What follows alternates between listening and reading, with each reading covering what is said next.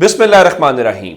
लाखों करोड़ों दुरूदो सलाम मोहम्मद मुस्तफ़ा सल्लल्लाहु अलैहि वसल्लम और आले मोहम्मद पर। मैं हूं उमर दराज गोंदल। आज बड़ी खबर तो इस्लामाबाद से है और एक खबर नहीं कई खबरें हैं, लेकिन आज चलें एक अच्छी बात जो रात को हमें सबसे पहले सुनाई दी, वो पेट्रोलियम मसनूआत की कीमतों में कमी है। और चलें पाकिस्तान के लोगों को कुछ तो रिलीफ मिला है कि 40 रुपए पेट्रोल सस्ता हुआ है और अभी भी इसको मजीद कम किया जा सकता था, लेकिन उन्होंने क्या किया, बजाय इसके कि वो लोगों को रिलीफ देते, उन्होंने कंपनीज का वो जो मार्जिन है उस मार्जिन को बढ़ाने में जरा ज्यादा इस वक्त जो है वो किया।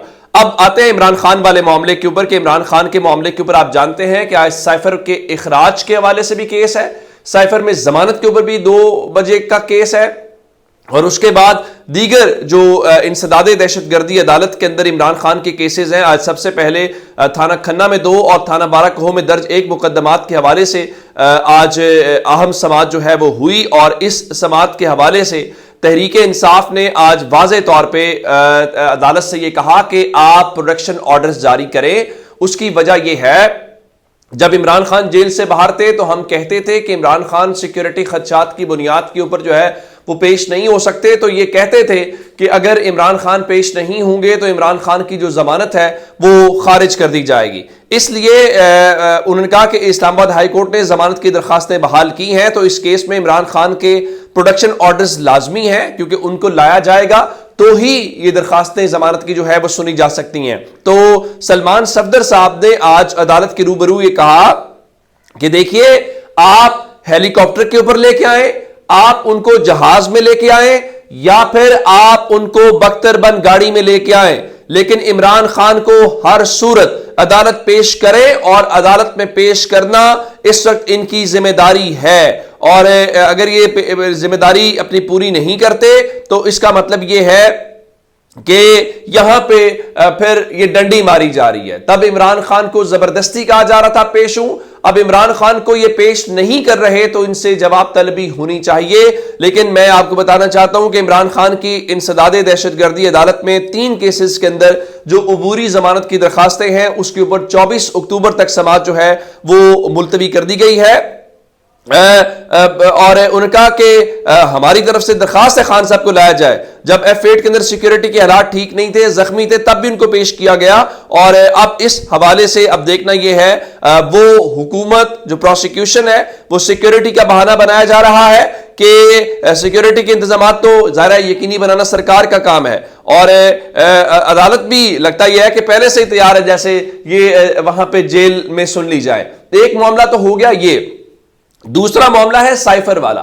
साइफर वाले मामले के अंदर इस वक्त जो कानूनी टीम है वो जस्टिस आमिर फारूक साहब की अदालत के सामने जो साइफर का मुकदमा खारिज करने की समाअत है, और इसमें 2 आज केसेस चल रहे हैं। एक साइफर का केस खारिज करने का, दूसरा ट्रायल रोकने की दरखास्त के ऊपर चीफ जस्टिस आमिर फारूक जो है वो समाअत कर रहे हैं। सरदार लतीफ खोसा इस वक्त दलाइल दे रहे हैं, और FIA ने इस समाअत को कल तक मुलतवी करने की इस्तदा की है। मैं उसकी वजह बता देता हूं आपको क्या वजह है। उसकी वजह यह है कि कल इमरान खान के ऊपर 17 तारीख को अडियाला जेल के अंदर साइफर वाले केस के अंदर फर्द जुर्म आयद होनी है।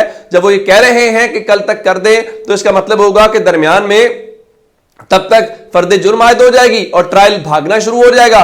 फिर जैसे आमिर फारूक साहब कहेंगे जी मैं क्या कर सकता हूं, वो तो ट्रायल शुरू हो गया। लेकिन मैं आपको एक बात बताऊं, इस्लामाबाद हाई कोर्ट से नवाज शरीफ ने हिफाजती जमानत लेनी है, और उस हिफाजती जमानत से पहले बैलेंस करने के लिए ये इमरान खान को कुछ ना कुछ रिलीफ देने की कोशिश करेंगे, ताकि लोगों में ये तासुर हो कि देखिए सिर्फ नवाज शरीफ नहीं बल्कि इमरान खान को भी रिलीफ मिल रहा है। यहां के ऊपर आज लतीफ खोसा से सवाल हुआ कि खोसा साहब ये बताएं कि पाकिस्तान में अमेरिका की जो दस्तावेजात हैं वो डी क्लासिफाइड करने का कोई कानून मौजूद है। अब जाहिर है कि ये पाकिस्तान के सफीर ने भेजा हुआ है, तो लतीफ खोसा साहब ने कहा कि साइफर को तो विफाकी काबीना ने डी क्लासिफाई कर दिया था। इस मुल्क में लियाकत अली खान का कत्ल हुआ, जुल्फिकार अली भुट्टो और बेनजीर भुट्टो के साथ भी जो हुआ वो आपके सामने है। ये साइफर अमेरिका में सफीर असद मजीद ने दफ्तर खारजा को भिजवाया था। उसके अलावा जो लतीफ खोसा साहब हैं उन्होंने अदालत के रूबरू वजीर आजम का हल्फ पढ़ा, जिसमें लिखा गया है कि जिस चीज को वजीर आजम मुनासिब समझेंगे और बेहतर समझेंगे उसको वो قوم کے سامنے رکھ سکتے ہیں، یعنی قوم کے ساتھ وہ شیئر کر سکتے ہیں۔ تو اب اس کا مطلب بڑا واضح ہے کہ اگر انہوں نے اس کو مناسب سمجھا ہے تو قوم کے سامنے اس کو رکھا ہے۔ لیکن ظاہر ہے کہ فی الحال مسئلہ یہ نہیں ہے کہ آئین کیا کہتا ہے، قانون کیا کہتا ہے، اخلاقیات کیا کہتی ہیں۔ یہاں پہ اس وقت صرف ایک چیز واضح ہے کہ عمران خان کو سبق کیسے سکھانا ہے، اور عمران خان کو سبق سکھاتے سکھاتے سسٹم پورے کا پورا اپنے کپڑے اتار بیٹھا ہے۔ آپ کہیں گے کیسے؟ اب نواز شریف واپس آ رہے ہیں تو نواز شریف کی واپسی کو لے کے میں ایک بار پھر پیپلز پارٹی کے جو خورشید چاہ ہیں ان کا جملہ آپ کے سامنے رکھنا چاہتا ہوں۔ ان کے مطابق نواز شریف کی واپسی کے اوپر جو ریڈ کارپٹ بچھایا جا رہا ہے وہ نون لیگ نہیں بلکہ کوئی اور بچھا رہا ہے۔ ان کے مطابق یہ کیسا لگے گا جب ایک مفرور، ایک اشتہاری جو ہے وہ جیل جانے کے بجائے جلسہ گاہ کے اندر پہنچے گا، اور وہ اس حوالے سے بتا چکے ہیں کہ یہ کرنا ملک کے اندر جو ہے وہ فساد برپا کرنے کے برابر ہے، کہ آپ اس کا مطلب ہے کہ قانون کو، عدالتوں کو، ہر چیز کو جوتے کی نوک کے اوپر رکھ رہے ہیں۔ آپ بڑا سادہ اور واضح پیغام دے رہے ہیں کہ دیکھیے اگر آپ کے طاقتوروں کے ساتھ، اس ملک کے اصل فیصلہ سازوں کے ساتھ حالات ٹھیک ہے، نہ آپ کو جیلوں کی ضرورت ہے، نہ آپ کو کسی اور چیز کی ضرورت ہے، پھر سب چیزیں آپ کے حق میں ہیں، اور اگر آپ ان کو للکاریں گے یا ان کے بارے میں سوال اٹھائیں گے تو پھر آپ کے خلاف اتنے مقدمات بنیں گے کہ آپ کو سانس لینے کی فرصت بھی نہیں ملے گی۔ یعنی آج سراج الحق صاحب کا میں ایک جملہ آپ کے سامنے رکھنا چاہتا ہوں۔ یہ جو موجودہ حکومت ہے، انٹرم گورنمنٹ جس کو آپ کہتے ہیں، ظاہر ہے کہ اس کے پاس کیا اختیارات ہیں، یہ وہ کیا کر سکتی ہے؟ کچھ بھی نہیں کر سکتی۔ تو سراج اللہ کہہ رہے تھے کہ اسٹیبلشمنٹ اگر نگران حکومت کے پیچھے سے ہٹ جائے تو انوار الحق کاکڑ کو وزیر اعظم ہاؤس میں کوئی پانی کا گلاس بھی نہ دے۔ یہ بات ٹھیک ہے، یہ بات صرف انوار الحق کاکڑ تک نہیں ہے، بلکہ بہت سارے ایسے لوگ جو اس وقت اقتدار کے مزے لوٹ رہے ہیں، اگر وہاں سے ہاتھ اٹھ جائے جو دست شفقت ہے تو میرے خیال سے ان کے جو سیکٹریز ہیں وہ بھی ان کی بات نہ سنیں۔ لیکن فی الحال ان سب کی موجیں لگی ہوئی ہیں، اور اندازہ کیجئے نا کہ اگر تیل بڑھ رہا تھا تو اس کا ذمہ دار عمران خان ہے، اس کا ذمہ دار IMF کے ساتھ معاہدہ ہے۔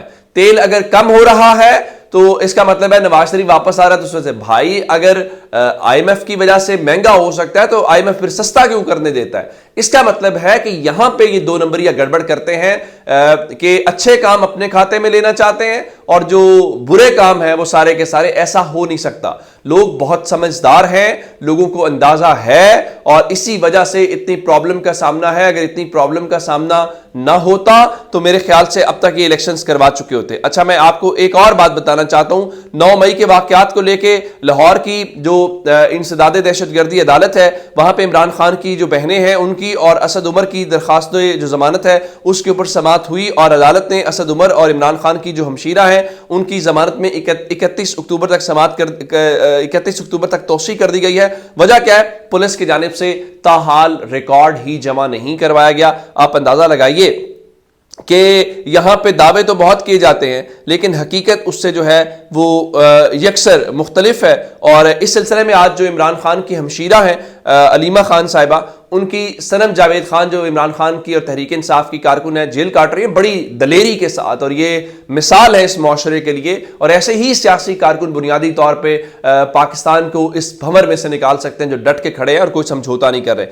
تو صنم جاوید خان کی والدہ کے ساتھ علیمہ خان کی ملاقات ہوئی ہے، اور اس موقع کے اوپر انہوں نے ان کو کہا کہ دیکھیے آپ کی بیٹی چٹان ہے اور آپ کا حوصلہ پہاڑ جیسا ہے، اور عمران خان کو بھی فکر انہی خواتین کی ہے جو جیلوں کے اندر بند ہیں۔ لیکن ظاہر ہے کہ یہ وقت ہمیشہ تو ایسا نہیں رہنا، کبھی کے دن بڑے تو کبھی کی راتیں۔ اپنا بہت سا خیال رکھیے گا۔ خدا حافظ۔